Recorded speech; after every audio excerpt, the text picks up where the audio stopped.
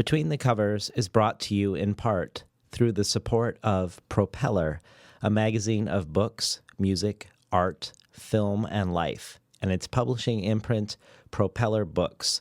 Visit them on the web at propellermag.com and propellerbooks.com or on Twitter at propellermag. Before we begin today's program, I wanted to update you on the progress of the Between the Covers Patreon campaign. The good news is the program continues to grow. It has surpassed 17,000 monthly downloads.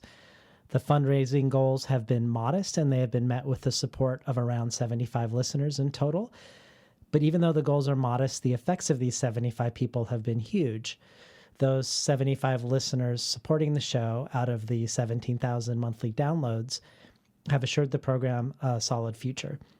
But even if just another 20 or 30 people who listened regularly were to pledge $1 per episode, it would have a huge effect on the program's sustainability and on how ambitious it can be going forward. So take a moment and check out the Patreon campaign at Patreon, patreon.com/betweenthecovers. And a hearty thank you goes out to recent supporters, Jory, Brian, Mark, Amber, and CA, Anne, a poet in Santa Fe, Carolyn, a poet in Portland, Amanda, a writer in New York, Alyssa, a writer in Texas, Heidi, an oboist, counselor, and writer, Susan, a computer scientist and aspiring writer, National, an art gallery and specialty shop here in Portland, Monica, a landscape architect and writer, and Ed, a physicist and chef in Boulder, Colorado. Thanks to all, and check out the supporter page at davidnaiman.com/patrons in order to explore the websites of all these interesting people. Enjoy today's program.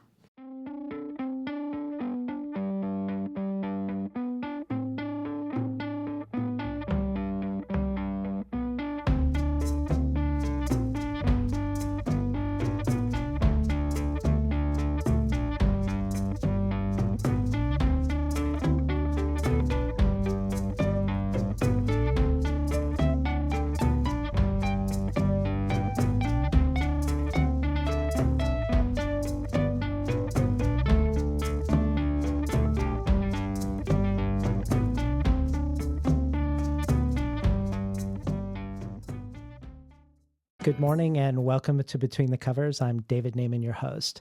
Today's guest is writer and editor Susan DeFreitas. DeFreitas' fiction, nonfiction, and poetry have appeared in the Utne Reader, The Nervous Breakdown, Story Magazine, and Southwestern American Literature, among others. She's the author of the 2014 chapbook Pyrophytic and is a graduate of the Pacific University MFA program in creative writing. DeFreitas is also an editor who works at Indigo Editing and Publications and as a consultant and book coach for fiction writers seeking help with plot, structure, and characterization. She gives lectures and teaches workshops on such topics as on writing the natural world, on how to use the techniques from fiction when writing one's memoir, on strategies for editing, and on how to market one's book once it is finished. Susan DeFreitas is here today on Between the Covers to talk about her new novel, Hot Season, just out from Harvard Square Editions. Literary critic Jonathan Russell Clark, in his description of Hot Season, says, "Imagine a novel by Donna Tartt, but edited by Gordon Lish," calling the book a wonderful mix of literary thoughtfulness and instinctual storytelling gifts. Oregon Book Award-winning Cari Luna says, Hot Season explores the charged terrain where the youthful search for identity meets environmental activism and the romantic illicit lure for direct action. And author Monica Drake calls Hot Season a beautiful book that asks the crucial questions: is it worse to destroy a dam or to destroy a river? Which is to say, how do we live our conscience on a crowded, corrupted planet? DeFreitas has captured what it means to be coming of age in a tangle of love, politics, and environmental degradation. Welcome to Between the Covers, Susan DeFreitas. Thanks for having me. So you've spoken about how Hot Season, while a novel, is inspired by real events from your life, and in fact that all of your writing, even when you're writing speculative fiction, comes from real life experiences for you. So knowing this, it is interesting to revisit the publisher's copy for Hot Season, which begins this way. An outlaw activist on the run, a pipeline set to destroy a river, and 3 young women who must decide who to love, who to trust, and what to sacrifice for the greater good. So I can't help but ask, what are some of the real life inspirations that led you to write Hot Season? That's a great question. Well, I will say, first of all, that one of the big inspirations for this book and the 2 that follow it, in what I'm thinking of as the Green River Chronicles, are the deaths of 3 kind of larger than life characters who were real people, who were part of my community where I lived in Prescott, Arizona. And so in this first book, Hot Season, that real-life person was a man by the name of Bill Rogers. And he is the inspiration for the fictional character Dyson Lathe. Bill was indeed an outlaw activist on the run, although I would say almost no one who knew him before the FBI raided the activist center that he had started in town knew that he wasn't, in fact, on the run. We just knew him as a kind of an inspiring local figure who was really very much involved with a variety of local environmental struggles, among them the struggle to save the Verde River, which is the last free-flowing river in the state of Arizona. And so the 3 books of the Green River Chronicles, they're all about that struggle to save that river, which continues to this day. So I would say that was the main inspiration, the real-life inspiration for the fictional events. But another real-life inspiration was the house that the book is set in, that's shared by the 3 roommates, Rel, Katie, and Jenna. That was definitely based on my house on Campbell Street in Prescott. And though some of the dynamics between the characters were not, in fact, based on my time that I spent in college in Prescott, but rather on the years that I spent later on in the aughts, wherein I myself was not in college, but I had younger roommates who were. So I kind of got to participate vicariously in their various college dramas as an older person. And I think that perspective is reflected in the point of view of Rel, who is the main character.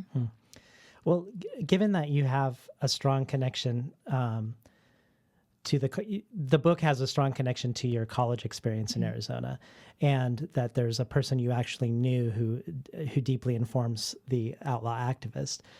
Tell us a little bit about the decision-making process to write this as fiction versus nonfiction, and if any craft elements come out of how you made that decision, if it was a difficult one or not.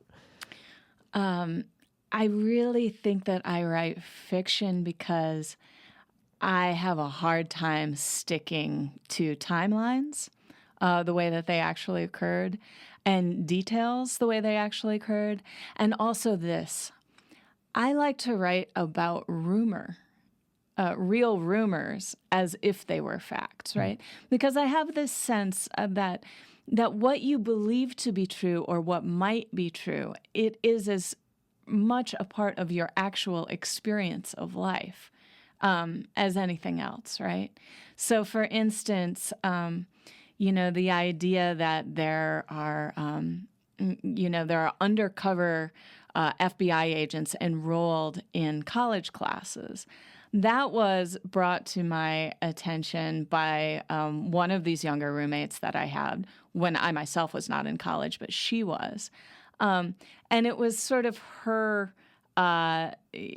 speculation about various rather attractive characters in school and whether they had the potential to be one of these kind of false characters, I loved that. I loved the storytelling potentials of it.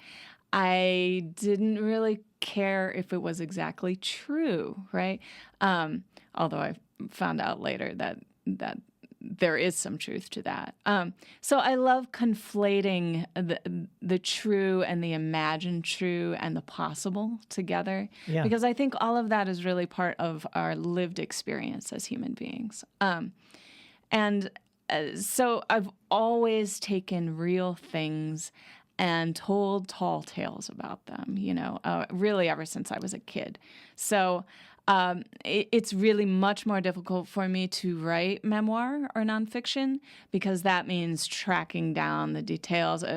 Was that thing that somebody said, was that actually true, or did I just believe it to be true, or did it not actually happen at the same time? I just remember it that way. I love how fiction allows us to create something artful out of what we remember or imagined, as if it all has kind of a similar level of truthfulness. Well, that's a great answer. And it brings up the question for me, did you have to obscure the identities of anybody in particular, and what techniques you used to do that? Or did you have to ask anybody's permission to create a character in the book that maybe they would recognize? Nobody in this book is based on one person. They're all composite characters, right? So in that way, I think if you happen to know any of the people who were involved in a composite character, you will recognize them. But I also believe that anybody who knows well enough to see the influences in the characters will also recognize that they're not any single person, right? Mm-hmm. So for that reason, I didn't feel the need to ask permission. Now, I skewed a little closer to an actual single person with the character Dyson Lathe. But I felt a little easier doing that because although he was part of my social circle, I did not know him that well. And again, part of what I took the liberty of doing here was to treat all the rumors about him as if they were true, right? Without verifying, did X, Y, or Z actually happen? So I did a little bit of research on him beyond what I knew, but I also took the liberty of conflating rumor. And with such a larger-than-life character, there's a lot of rumor to work with. Yeah. So. Well, it was interesting reading it because it made me, even though it took place in Arizona, it made me remember a lot of things about Portland in the 90s around environmental activism pre-9/11. Since then, since environmentalists or direct action environmentalists have been charged under terrorism laws since 9/11, we don't really see the same sort of thing that you depict in the book, and also that I remember in Portland when groups like the Environmental Liberation Front or Cascadia Forest Alliance actually had storefronts. You could walk in, even though they were like the leaders were hunted by the FBI. No one knew who the leaders were, so there would just be the contact person in the storefront for ELF that would that everybody knew, probably like a Bill Dyson character, but nobody knew how involved or how not involved they were, and it all seems strangely quaint now that it was so out in the open. You could go to Cascadia Forest Alliance and support tree sitters that are now probably people who would end up spending many years in jail if they were to do the same thing from 10 years before. Yeah, it's very interesting, And this book really is set at a moment, post 9/11, where the laws that had been passed to offer government agencies kind of more sweeping powers to combat terrorism were being used to target domestic activists, right? Particularly those employing direct action tactics, and sometimes, of course, those going beyond direct action to illegal action, right? Expressly illegal action. Politically motivated crimes of property, I think is the term, also known as monkey wrenching, right? So yeah, this book, it is based in the Southwest and has a strong sense of place in the Southwest, but it's also very much based in the Northwest, right? Because Bill Rogers, the real-life activist who inspired the character of Dyson Lathe, was part of a group of extreme activists based out of Eugene, right, which was a hotbed of environmental activism in the late 90s. I believe there was actually the mayor of Eugene put out a call for help to the federal government, calling his city, the U.S. capital of anarchy or something along those lines, right? So there was really kind of a moment based around, in large part, trying to save some of the last old growth, right, from logging companies. And of course, spotted owl and all. There's a lot of stuff going on in the Northwest, right? And so, there's, yes, Bill Rogers went to school at Prescott College, which is also the school that I attended. But he came to the Northwest, right? And that is where he really became an activist, right? And there's a wonderful article about kind of all of this storied pieces of Western environmental activist history. It's a kind of a long-form article from Rolling Stone called "The Rise and Fall of the Eco-Radical Underground," right? And it talks about the group that Bill was part of. They were called the Family. They were responsible for $45 million worth of damage to like all sorts of, meatpacking factories, logging company headquarters, any kind of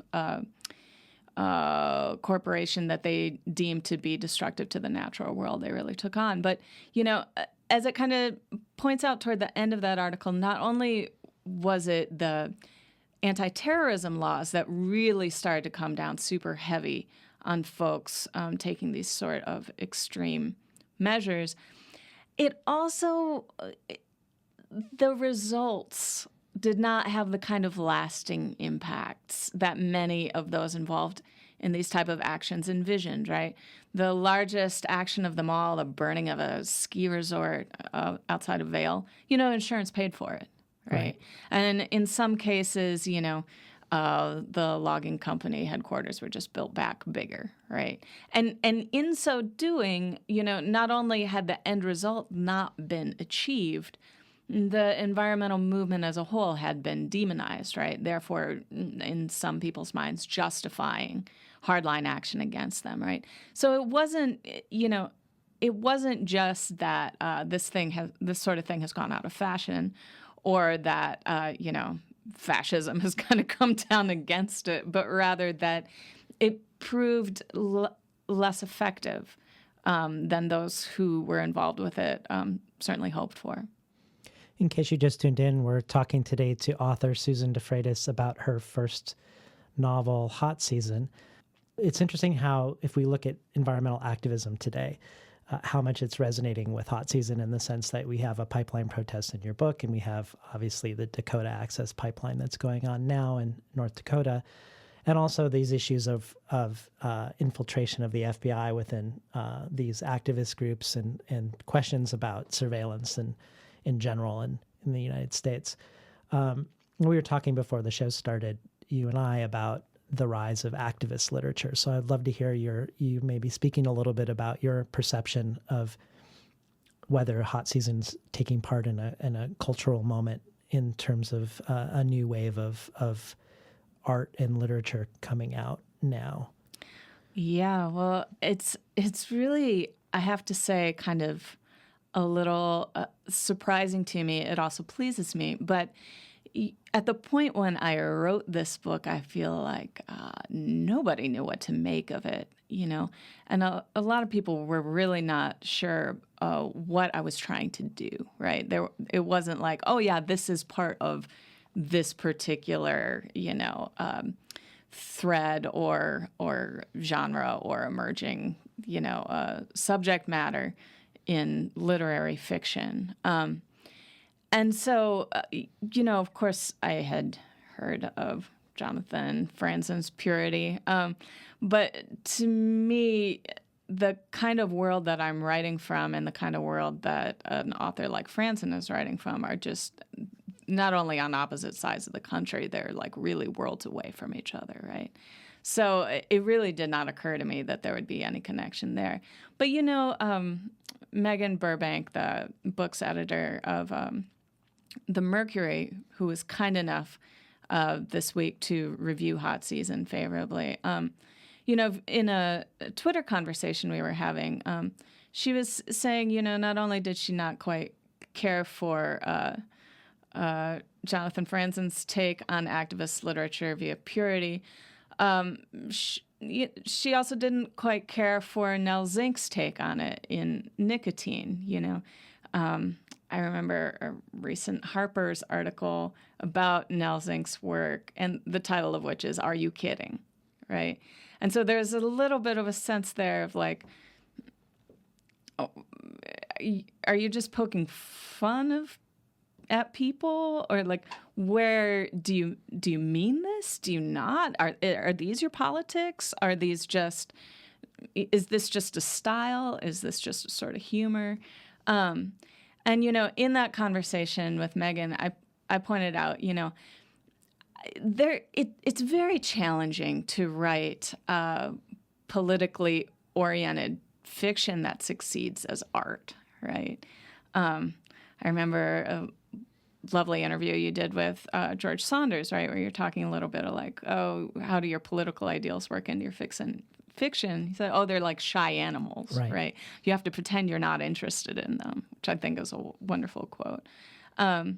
But I personally really feel like you should know where the author's heart is coming from. You should know where the author is from.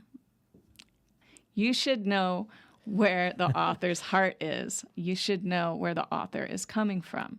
And that does not preclude achieving, hopefully, any of the many layers of complexity with regard to character that is the hallmark of literary fiction, And I think a really good example of that is Cari Luna's book, The Revolution of Every Day, right?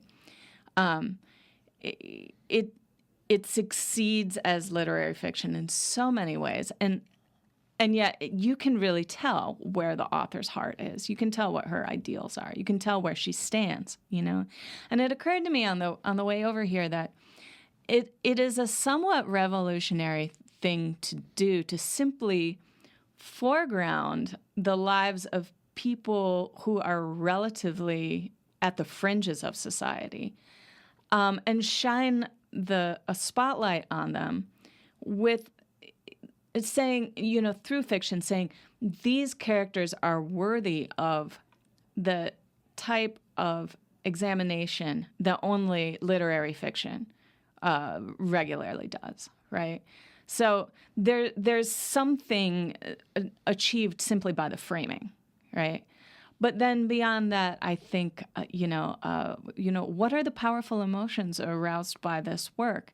I think it's not just enough to make fun of the foibles of the left, and I mean, there's plenty to make fun of, know, but I really think you got to throw your hat in the ring for what you believe, and where you stand, especially in times such as this, And I think a fabulous example in recent literature, again, speaking to this kind of trend of activist literary fiction, Sunil Yapa's Your Heart is a Muscle the Size of a Fist, Another book that it achieves this kind of kaleidoscopic layering of perspective, not unlike Colin McCann's wonderful book. I'm trying to recall the name.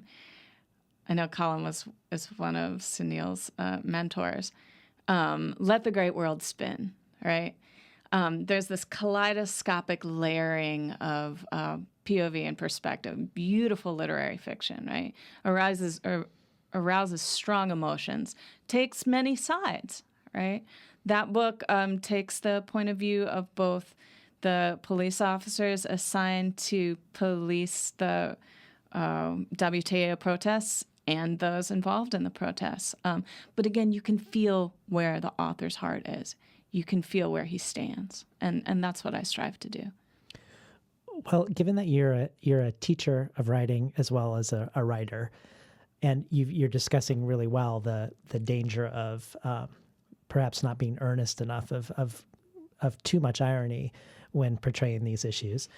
But when you're dealing with political subjects like environmentalism and surveillance, and questions of philosophy around how to engage direct action or otherwise, do you have advice for writers with regards to conveying political thought within the framework of a story without being too didactic? Or so the opposite problem of being ironic, maybe your heart is in the right place and it's clear, but you're not actually creating literature because you're so invested in the political ideals. Any thoughts there? Sure. And, it's like Scylla and Charybdis trying to get between those two, the bleeding heart, beat you over the head with my politics versus the cool ironic distance that keeps anything from really accruing any emotion, right? Or really being moving. So, between those two ideals, I think, in many places it's a matter of tone.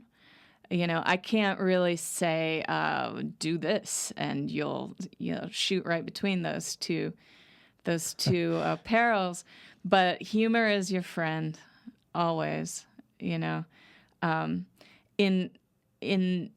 developing the voice that I wanted for Hot Season, the voice that kind of tuned in the story for me, I returned to Ed Abbey and I returned to John Nichols, because those two outlaws, literary outlaws of the Southwest, who wrote about environmental struggles. A lot of Southwest authors write about environmental struggles.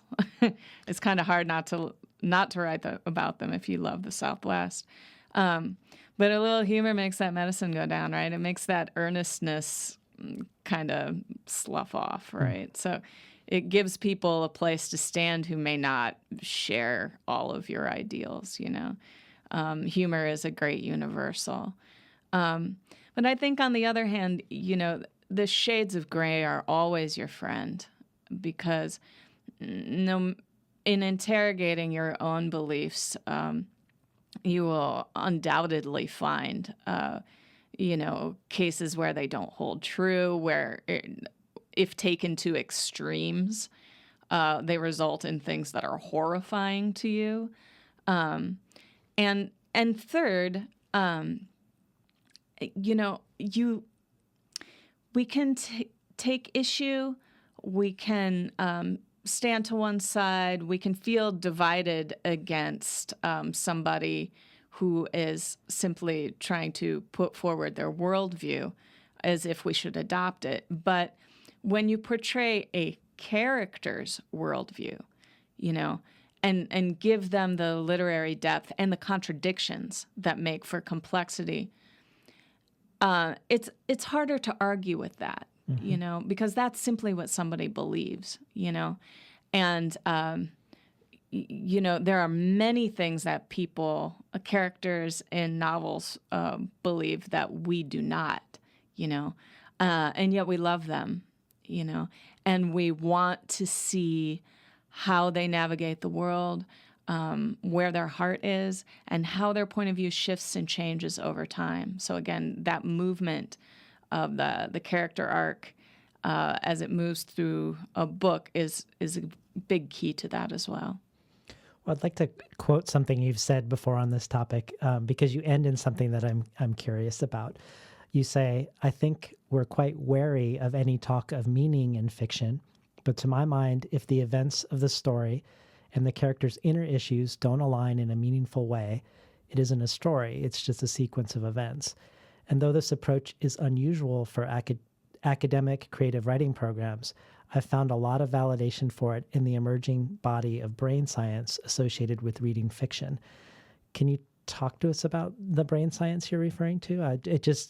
It piqued my interest if you know of anything off the top of your head. Oh, sure, absolutely. So I think the person who has really done the most work to articulate this, both to gather together the research from the emerging body of neuroscience associated with reading and writing fiction, as well as the practices to put it to use, is a woman named Lisa Cron.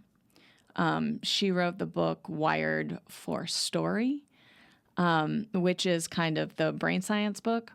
And then her new book is called Story Genius, which is kind of her, maybe not patented, but very much proprietary system for for the way that she coaches clients. And she is both a book coach and a screenwriting consultant, right? So number one, I love that because MFA world and screenwriting world, in my experience, they speak very different language. And they're both talking about story, but they speak in very different terms, right? And there are things that I love about each of those schools of thought about story, I love that the MFA world, the kind of literary fiction approach to teaching creative writing and storytelling is super open-ended, right? Because my feeling is that the novel can take so many forms, some of which are still undreamt of, right? That those who teach creative writing at the graduate level, they don't want to kick themselves later by saying, hey, kid, this is the way it works. You got to fit inside this box, or, you're not, what you will have written will not be a novel, right? Novel means new, right? So it's always changing all the time. However, I found myself rather frustrated in graduate school by statements like, oh, I love this story, but I don't think it's found its aboutness yet, Or, well, you have to just keep rewriting that story until you find the voice for it. Then you'll have the story. And a wonderful kind of strong voice that has risen somewhat in opposition to that school of teaching creative writing comes from Benjamin Percy. There's a wonderful book of essays out called Thrill Me, which is all on the craft of writing. And they're based largely on craft talks that he gave at Pacific University, of which I'm a graduate. And he leans on story. He leans on action.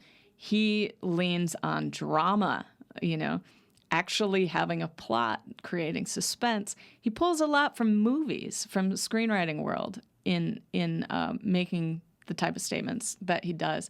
And I found those craft talks very refreshing during my time at Pacific. And I recommend that book, absolutely. But it wasn't until I studied some of the screenwriting approach, some of Robert McKee's book, Story. So screenwriting can be super prescriptive, right? There has to be that rising action. They have these different acts. They have, right down to the beat, and Robert McKee's so prescriptive to the point where, he recommends that in every scene, your main character, one character starts with more power than the other, and by the end of the scene, those positions are reversed, right? Things going well to things going badly, things going badly to things going well. I love how prescriptive that is because, I found when I put that to work in my scenes, like, wow, that really got some things moving, right? But at the same time, isn't art so much bigger than that, right? I'm not going to write a novel based on the Save the Cat beat sheet, right? Which is like, once you learn that form and you watch movies, you will see the same things happen at the same point throughout a movie. It's amazing how widely adopted that form is. But so what is this brain science? The brain science that Lisa Cron has kind of pulled together basically says, like, in the study of creative writing, we're often told, well, your character has to want something. Kurt Vonnegut says your character has to want something, even if it's as simple as a glass of water. Well, Lisa kind of articulates why that is, right? She says if you don't know what the character wants, it's like watching football with the sound turned off and you don't know the rules, right? So, that person took this action, they kicked the ball, right? Half of the crowd stood up and cheered, right? The other half looked kind of glum, Now they're moving back to this point. It's like, if you don't know what people want, you can't read it. You can't, and moreover, you can't feel it, right? So that's just one of the things that she has kind of, to my mind, she takes a lot of the kind of aphorisms that we're taught in creative writing and tells us kind of why in terms of the brain science.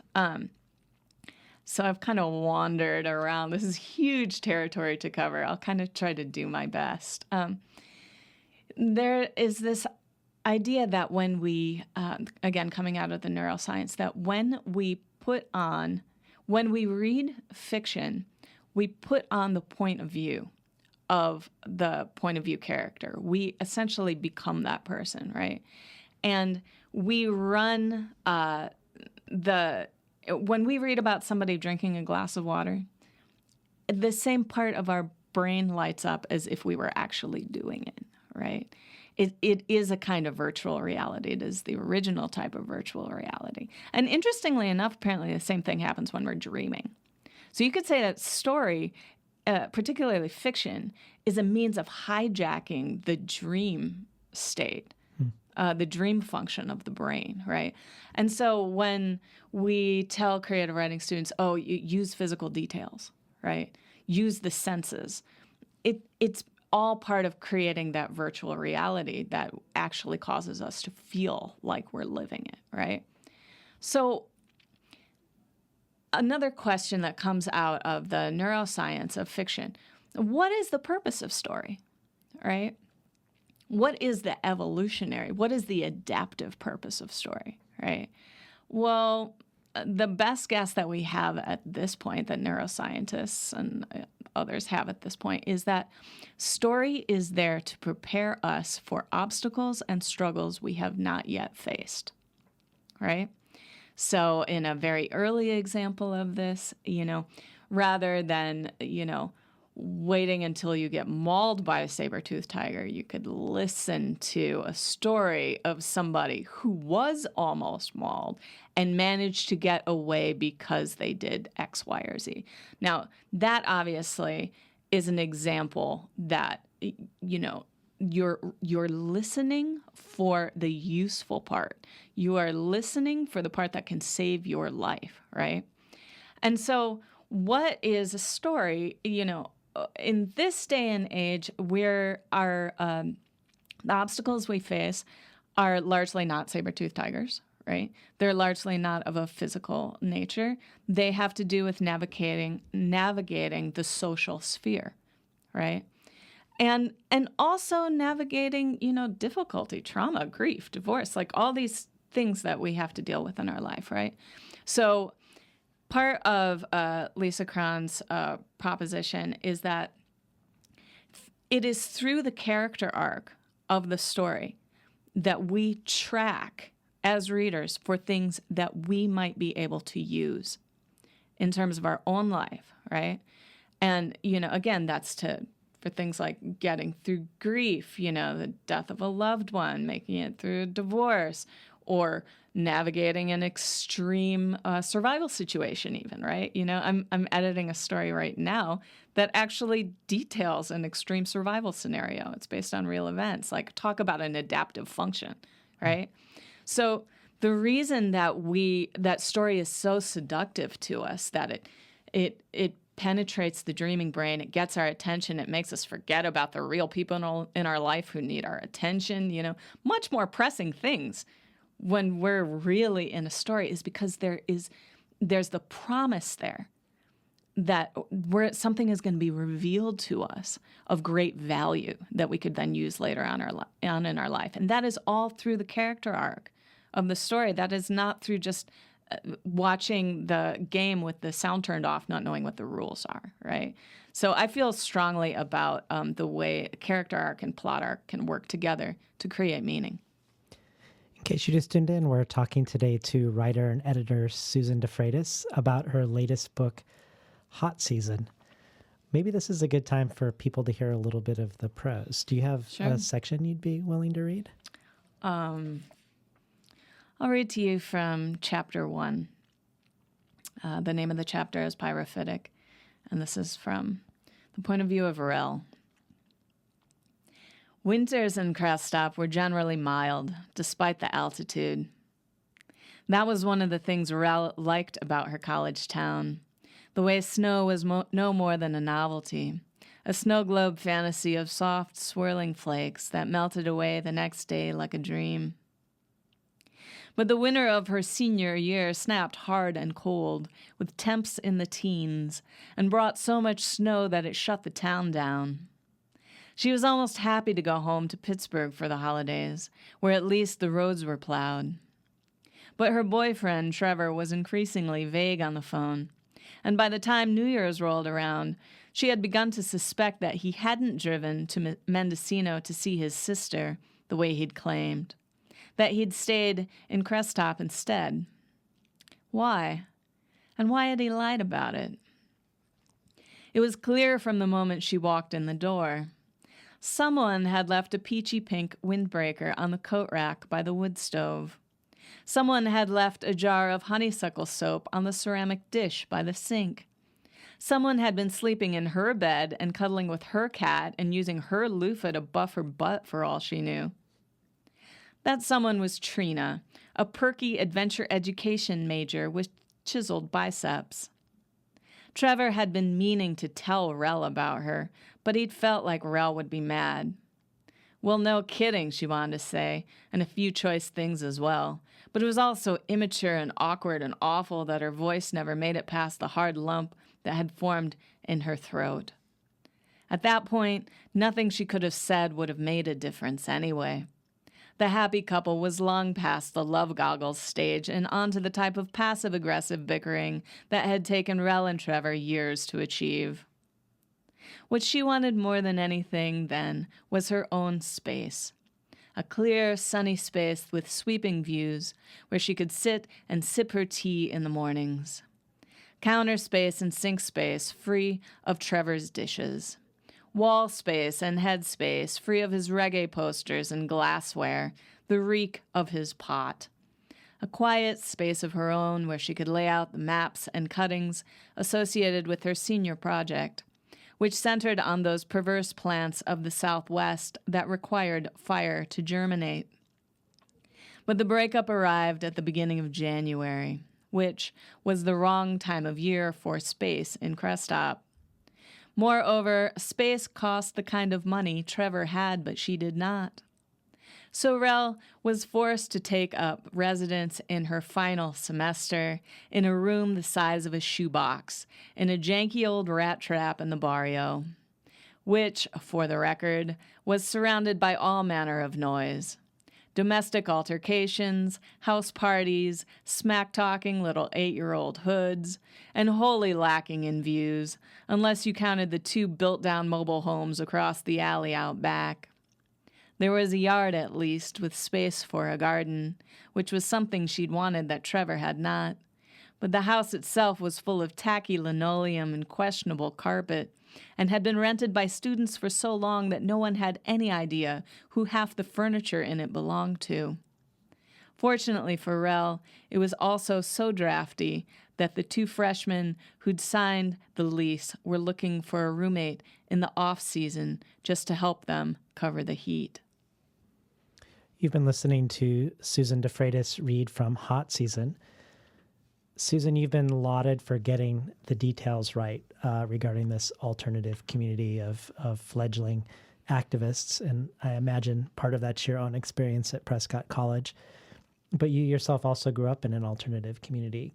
Can you talk a little bit about that experience and how maybe growing up in an alternative community informs the narrative of this book? Sure. I mean, it informs almost every narrative I write because it's just so central to my worldview. I grew up in what I call an unintentional community. It was really a group of folks who wanted to get back to the land in the late 1970s, and they were all interested in farming. They moved to West Michigan in the late 70s and early 80s and formed a food co-op, which was really like a natural foods buying co-op, because there were no Whole Foods, of course, at that time. And there wasn't even a funky little, co-op grocery in West Michigan at that time. I come from a town of about 2,000 people, Hart, Michigan, which is the county seat. So that should tell you something about how rural the rest of the county is. Most of our friends lived out in really what are the boonies of a place called Ferry. And so they, all these couples had kids around the same time. All of those people are really my family members. I call them my co-op cousins. A lot of them stayed where we grew up, but a number of them moved out west. And we're all still very close.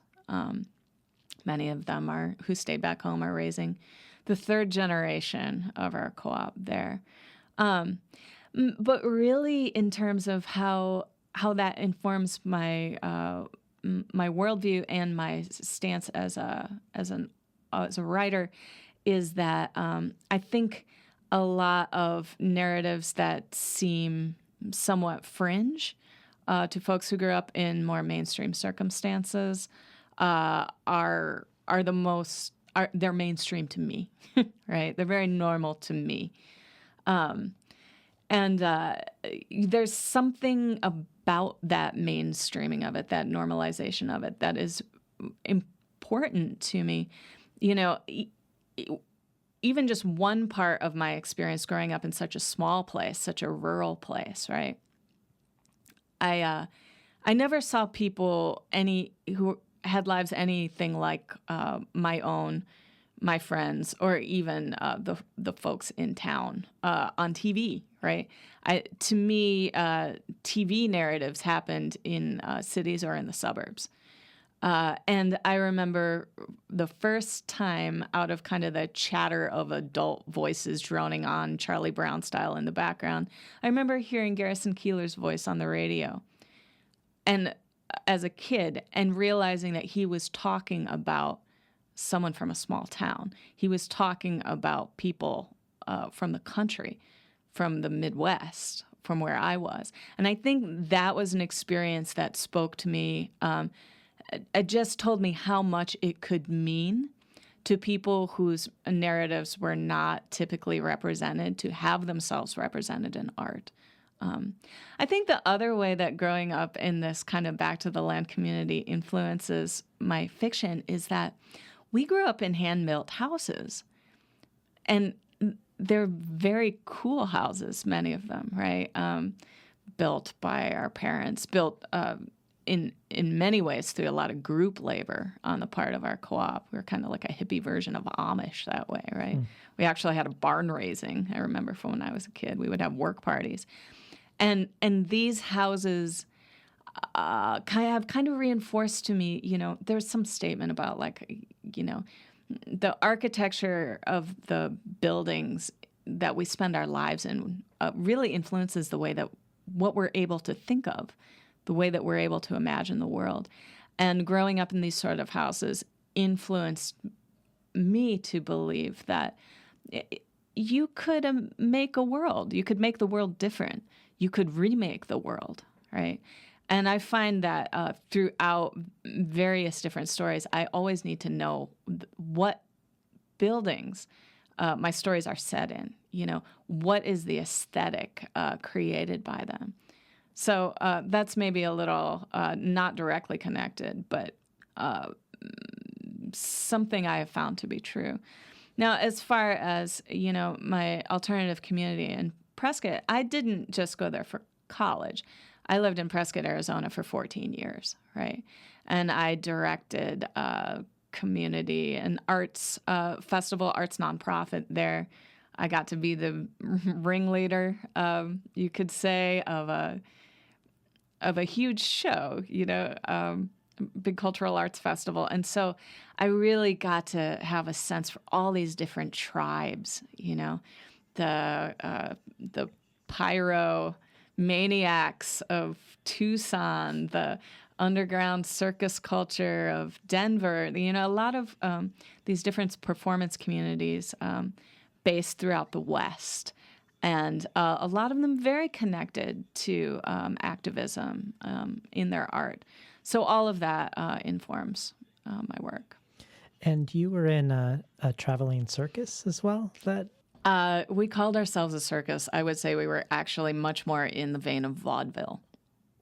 My question about that, your experience of that, and maybe the way a couple of characters seem to hint at a lifestyle similar to that, is that I know you write both realist literature and fantastical literature.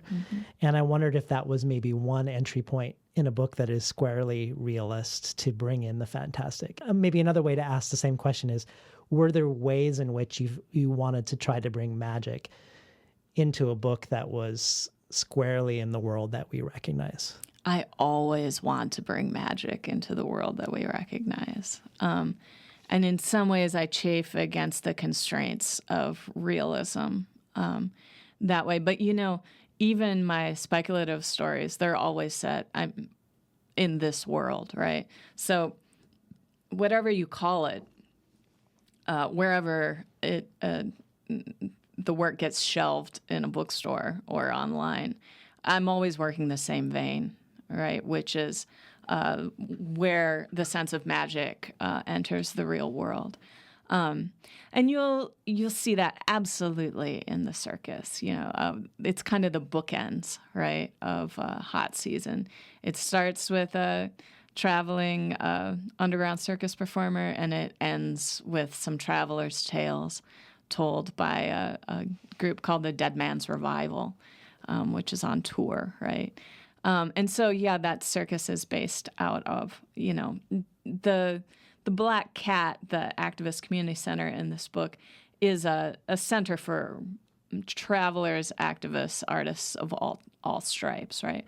So I managed to get a little magic in there through the circus, one would hope. But one of the things I really found, a lot of the stories that would later become hot season, I wrote during my first couple semesters at Pacific University in my MFA program. And I really, it was the first time in my life where I'd really sat down okay, I'm going to write realist fiction. I'm going to figure out how this is done, right? And a big part of the impulse was to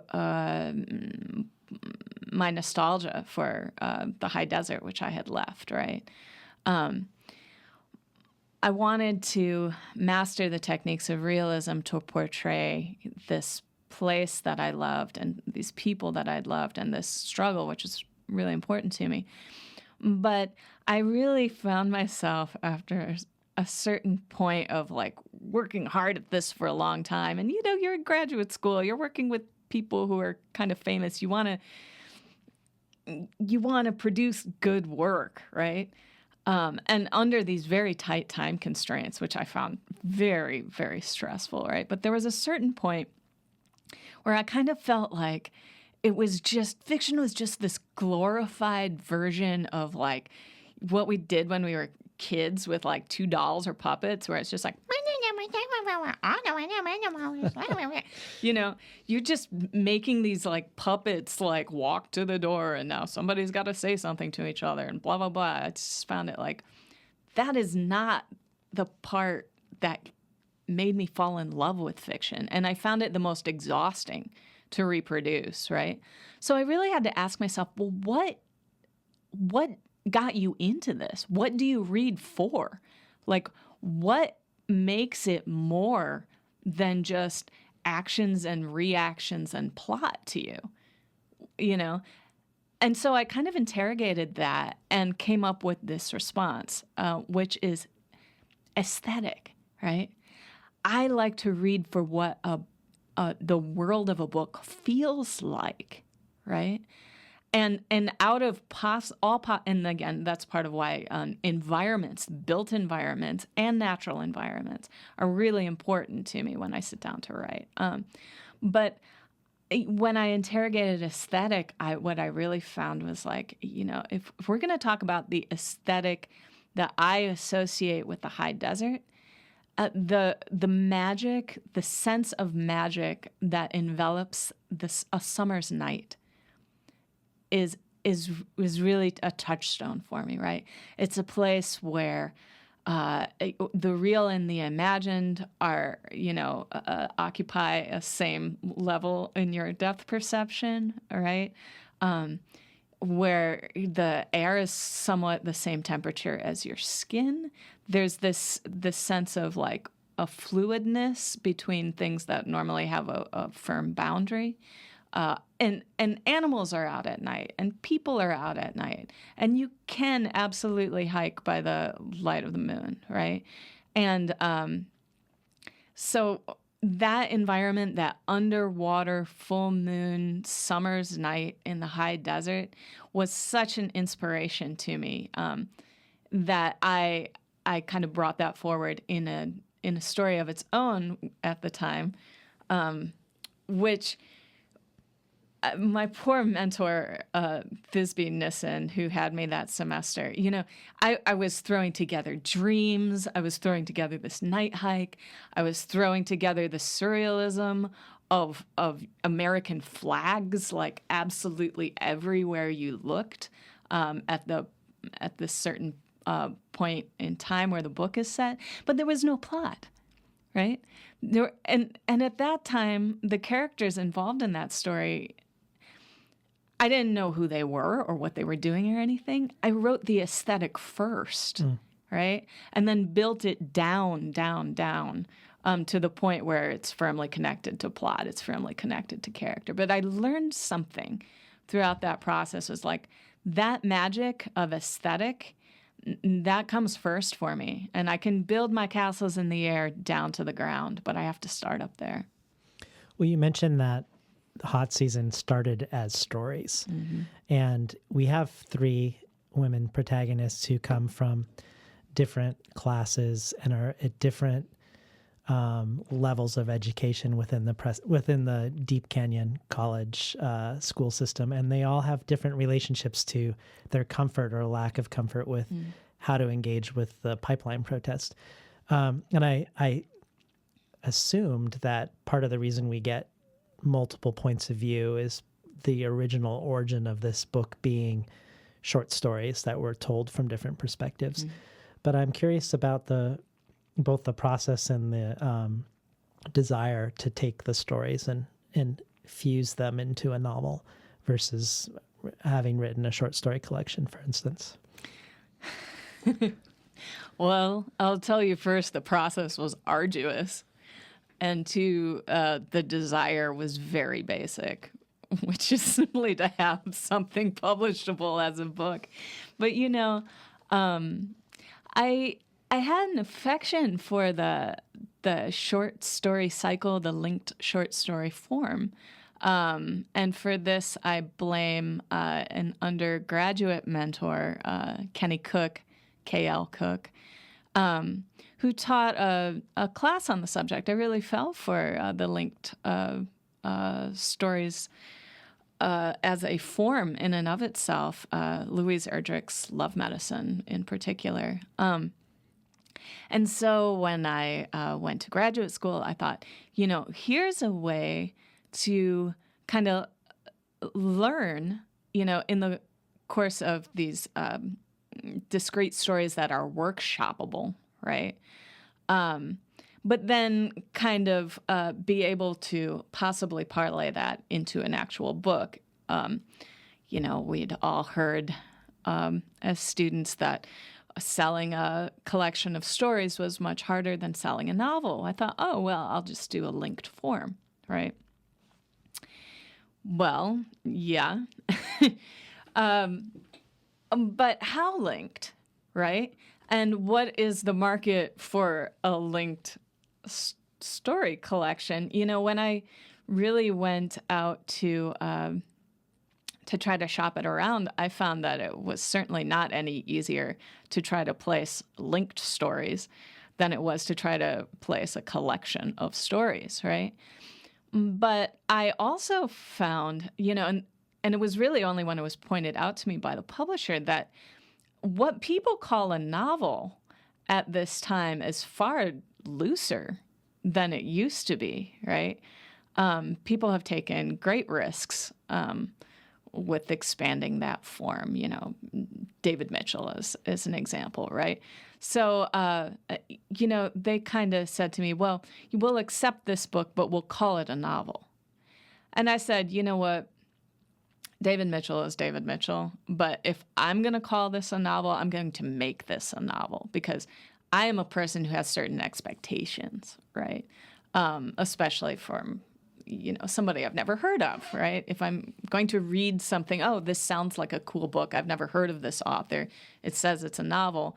I know what expectations I would have. So then I really kind of worked hard to meet those expectations. But, this was part 3 of, okay, the first step in the process, I wrote stories in undergrad. When I graduated, I fleshed them out into a much larger manuscript, which is, I conceived of it as three linked cycles covering 3 years in the same place, based around the same struggle to save the river, that fit into one book, right? But that book, proved too long or not ready yet, right? And also people had no idea what I was trying to do with that either. So I thought, these stories at the beginning, they're most closely related. I've worked on them the most. I'll try to sell them as a linked cycle. Found that the publisher I liked the most, who was interested, did refuse to put the word stories on the cover, right? They were going to call it a novel no matter what it was. So then I began the process over the course of a year of actually turning that into a novel. Mm-hmm. So my ultimate vision at this point is to perform the same grueling process on the next 2 books that originally composed this one manuscript. And then perhaps at some point in the future to bring them all gloriously together under one book title as I originally envisioned. But we'll see. Wow. Yeah. That's an interesting, it sounds fascinating, difficult, but fascinating. Yeah. Well, tell us what the title means or what your thoughts are on the title. And also Pyrophytic, which is the name of your chapbook and also one of the chapters of the book. So if you could just maybe orient us to your choice for both of those, that would be interesting. Sure. Well, it was fun. I did the old Google alert, for the title of my book. Just it's something authors do to see if they're getting mentioned. Well, for hot season, I got all sorts of, meteorological, information being, oh, the season's going to be hot, blah, blah, blah. It was but it was all only through the summer, right? So I got a lot of summer weather warnings. Whereas, in Arizona, in Prescott, where I lived, the monsoons start, the rainy season starts pretty much the day after, July 5th, right? So the rodeo comes and goes, and then then the heat breaks and you get the monsoons. It's funny because here in Portland, July 5th is largely when you can finally count on the rain going away, right? So the really hot season in Prescott, in my experience, was always May and June, right? And so it wasn't like it wasn't summer. It's this season of its own. And Prescott has a lot of that, right? Because the monsoons are just a very dramatic time of amazing thunderstorms. That's July and August. And during that time, you get cicada season. And there's the time when the cottonwoods let loose their fluff and it looks like it's snowing all the time, even though it's hot out. It's a magical place to me in its very particular seasons and times of year. So hot season number one is it's speaking to that time of year before the monsoons break, when the temperature can get into the triple digits, right? When things get surreal. But, of course, it also refers to a hot political climate, right? A time when you might find yourself in hot water, just for trying to do something that you believe in, just for trying to stand up for a cause. And so, we're now in a whole new iteration of a hot season, right? A time when people are definitely on alert, right? And we're definitely aware of increased danger to those who stick their neck out as activists. I'd love to pivot to the writer as a public person. I think for a lot of writers, the public aspect, once the book is out, is a difficult time for people who are potentially interior and private. But you have a background as a marketer, and you seem to also have a certain facility and comfort in terms of the way in which you are in the world with the birth of hot season and into the world. And so I was hoping we could talk about it a little bit. I've watched some of what you've done to promote the book and in various different clever ways, and I'm sure there'd be some interest from audience who are writers to hear about the process or tips around promoting your book when you have a small press. Obviously, lots of small presses don't have the means to send people on book tour or to do ads in the New York Times Book Review. So it really falls on the shoulders of the writer. And do you feel like we could talk a little bit about some of the things that you've discovered in this being your book out in the world and what you've encountered? Sure. I mean, part of it is that it's hard for me to really know what I've done. What about it is unusual or remarkable, because it all seems pretty straightforward to me. But again, I do have a background in marketing, so. Well, I mean, I could mention some things. Sure, yeah, please. Well, like you offered to 25 people a free copy of the book if they agreed to, when they finished it, to write an Amazon review. And the logic behind that is that, I believe, is that once you have 25 reviews on Amazon, there's a metric around Amazon that makes you appear more as a book. And so it's beneficial to the book to have 25 or more reviews. Right. And so by offering this offer, people get a free book. You get 25 reviews on Amazon. I haven't seen anyone else do that. Yeah, well, again, I didn't come up with that. That is a tactic that was developed by Tim Grahl, who is the author of Your First 1,000 Copies, which is a very slim book about book marketing. But I definitely recommend it. I mean, there's nothing earth-shattering in there for anybody who has any background in marketing, particularly internet marketing, but he specifically applies it to books. There's a lot of tactics that come from the land of internet marketing that work better for nonfiction authors than they do for fiction authors. I'll speak to that in a moment. But I'm geeky about this stuff. I'm interested in it. I've been reading about it for years, right? I've been writing for a long time and anticipating this moment when I actually had a book in the world. So I kind of threw everything at it that I knew of. And part of the tactic with the 25 reviews on Amazon on opening day is that you're not offering physical books. You're offering an ebook, which costs you nothing, right? So it's really a way of leveraging your people, right?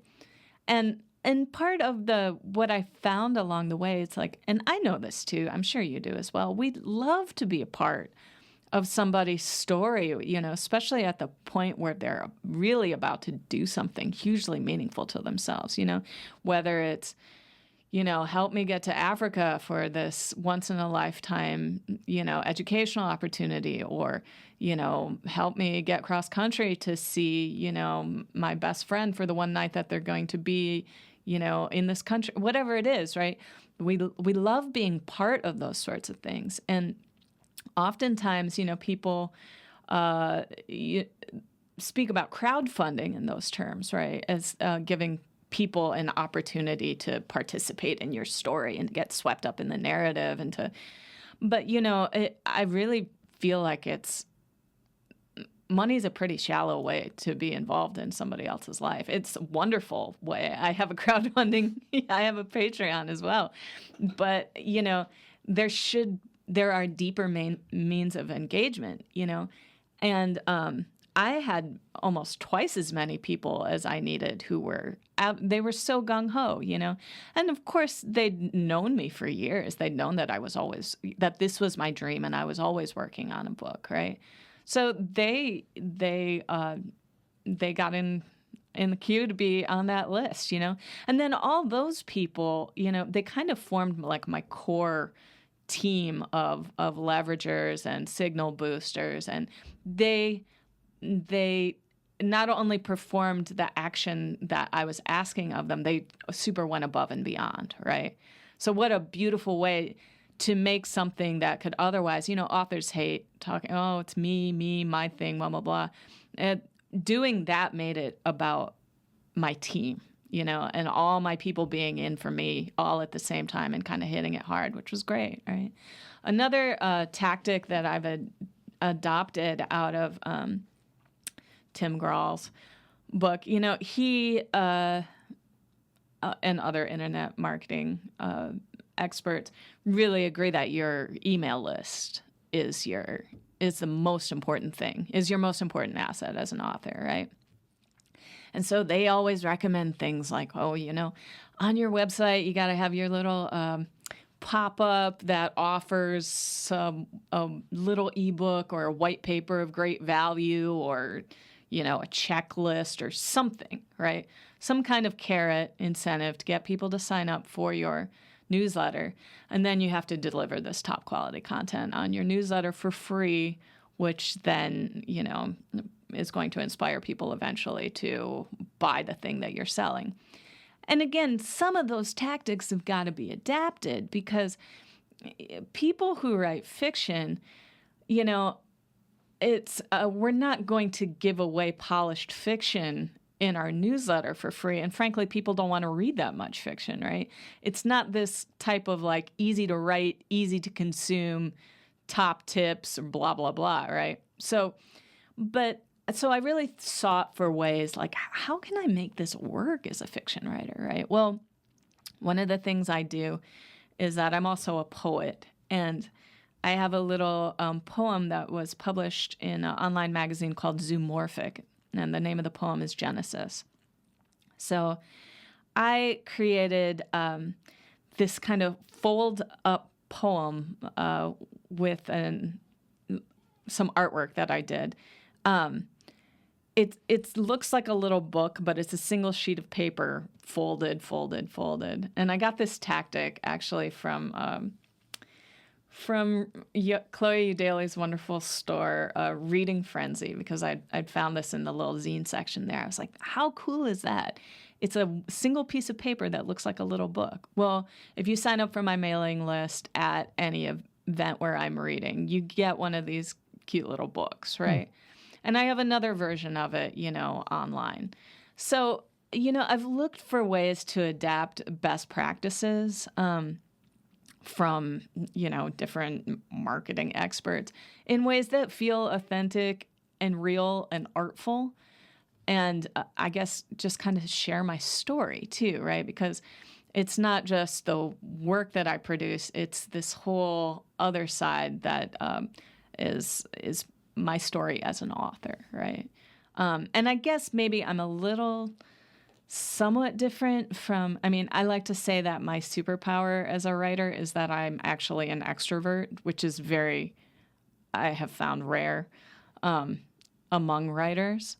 But, I also used to be a stage performer, so I'm happy to get up in front of people and talk about all this stuff, I'm also a teacher, educator, blah, blah, blah. So I guess I have not been reluctant to share my story as an author, my journey to publication, the struggles that I've faced, the struggles that I've overcome, the many, many, many ways that people have helped me, and over and over again, I've found ways to, not just share my story, but to share the ways that my story is bigger than me, right? Well, based on that, I want to repeat back another thing that you've said previously. You said that your chief values as a professional include literary citizenship and community, and that fandom is the foundation of the creative life. Absolutely. And I'm curious if you could elaborate on that second part, on fandom as the foundation of the creative life. What does that mean? I will illustrate it in my experience of a tale of two conferences, one of which is the AWP, Associated Writing Programs Conference. I went to, my first one was in Seattle, I forget, that was a few years back now. And within 3 weeks, I was back up to Seattle for my very first NorWestCon, which is a fantasy and science fiction conference.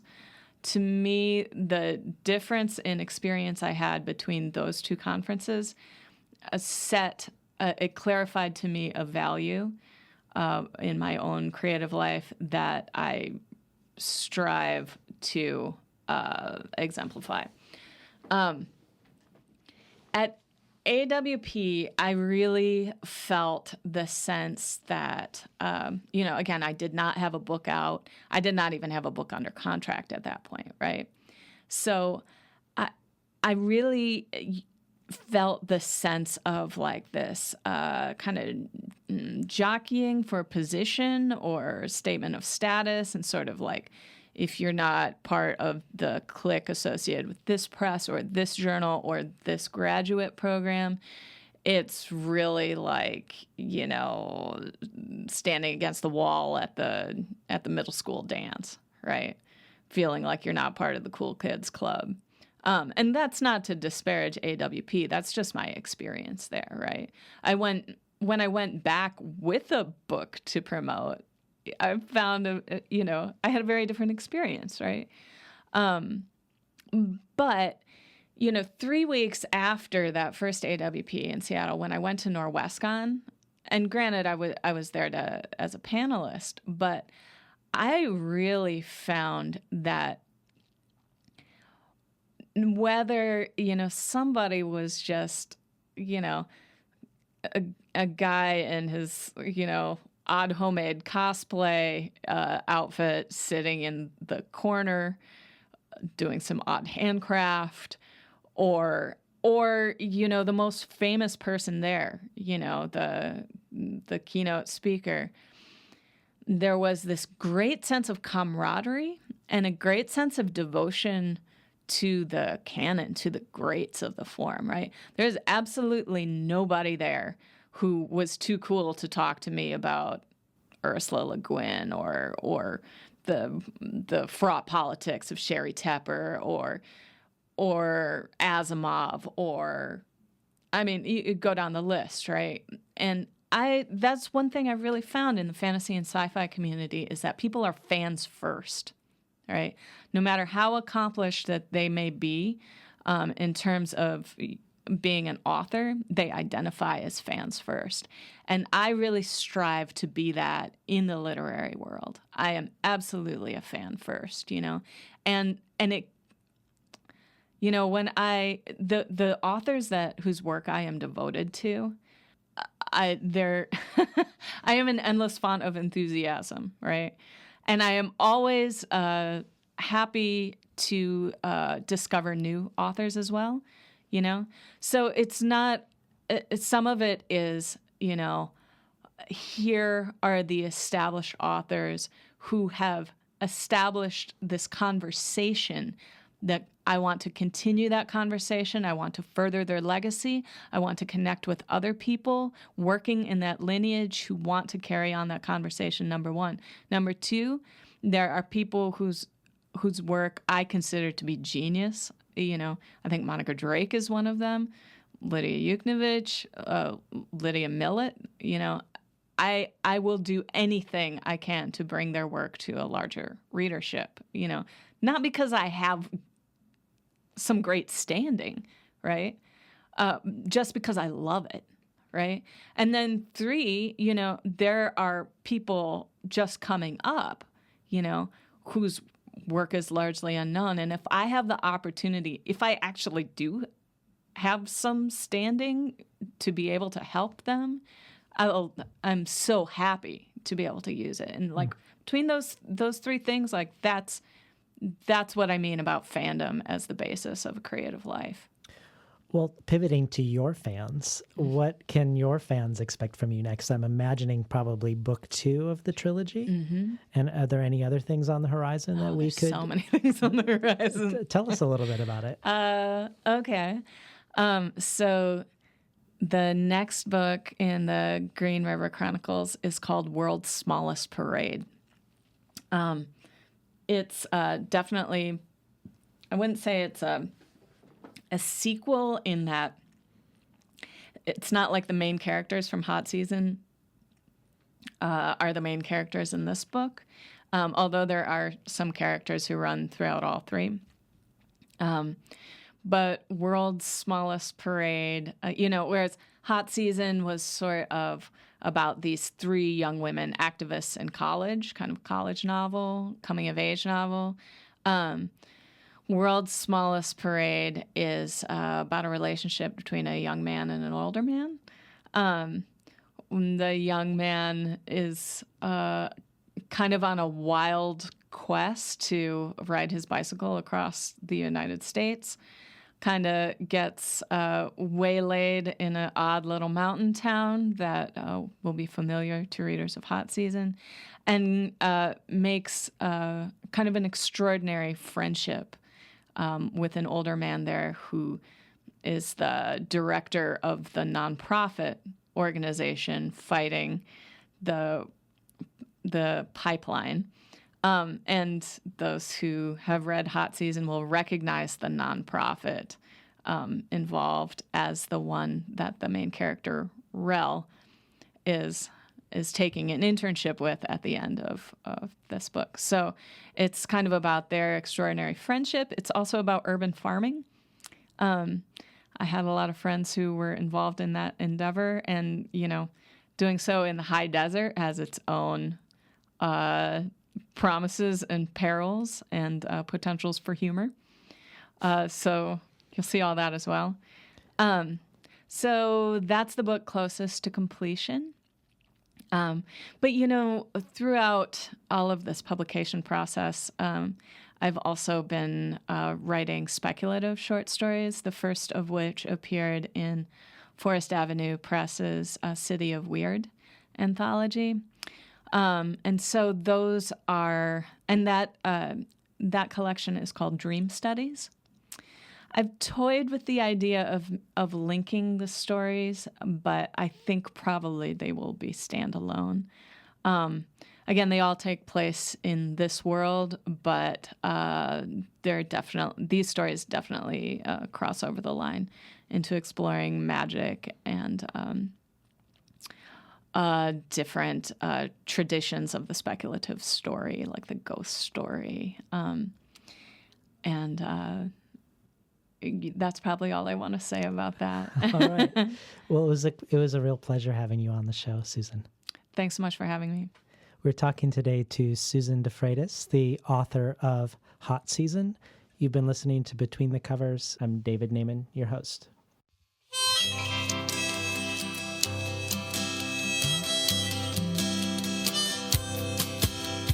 Today's program was recorded at the studios of KBOO, volunteer-powered, non-commercial, listener-sponsored, full-strength community radio from Portland, Oregon, found at kboo.fm. If you enjoyed today's program, consider supporting the show by going to patreon.com/betweenthecovers. And also while you're there, check out the growing archive of bonus material available. Thanks for listening.